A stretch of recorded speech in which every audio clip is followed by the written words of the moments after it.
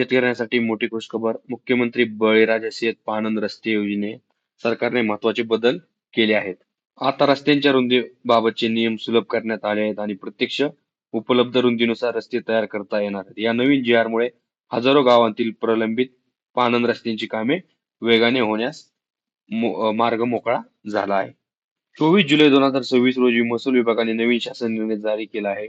हा निर्णय मुख्यमंत्री बळीराजा शेत पाणंद रस्ते या योजनेची प्रभावी अंमलबजावणी करण्यासाठी जारी करण्यात आला आहे.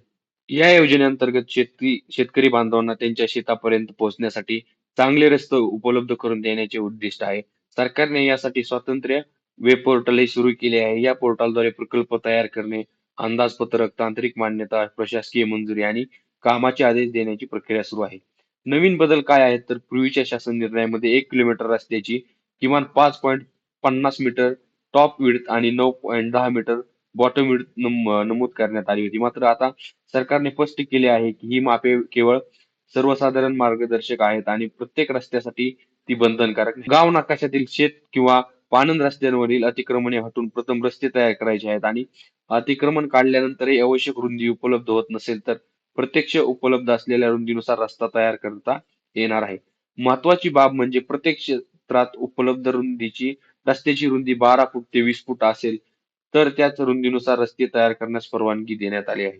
त्यामुळे रुंदीच्या अटीमुळे अडकलेली अनेक कामे आता मार्गी लागू शकतात. सरकारने स्पष्ट केले आहे की प्रथम गाव नकाशातील रस्त्यांची कामे पूर्ण करणे आवश्यक आहे. त्यानंतरच इतर नकाशांवरील रस्ते या योजनेत समाविष्ट केले जातील. तसेच ज्या रस्त्यांवर आधीच या योजनेतून मातीकाम किंवा मुरमीकरण झाले आहे, अशा रस्त्यांचे मजबूतीकरण किंवा डांबरीकरण आता या योजनेत करता येणार आहे. त्यासाठी स्वतंत्र निधी उपलब्ध करून घ्यावा लागेल.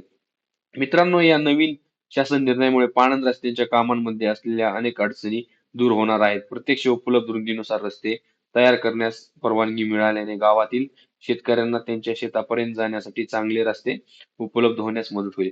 व्हिडिओ जर आवडला असेल तर लाईक करा, शेअर करा आणि अशाच महाराष्ट्र शासनाच्या नवीन जी अपडेटसाठी चॅनलला सबस्क्राईब करा.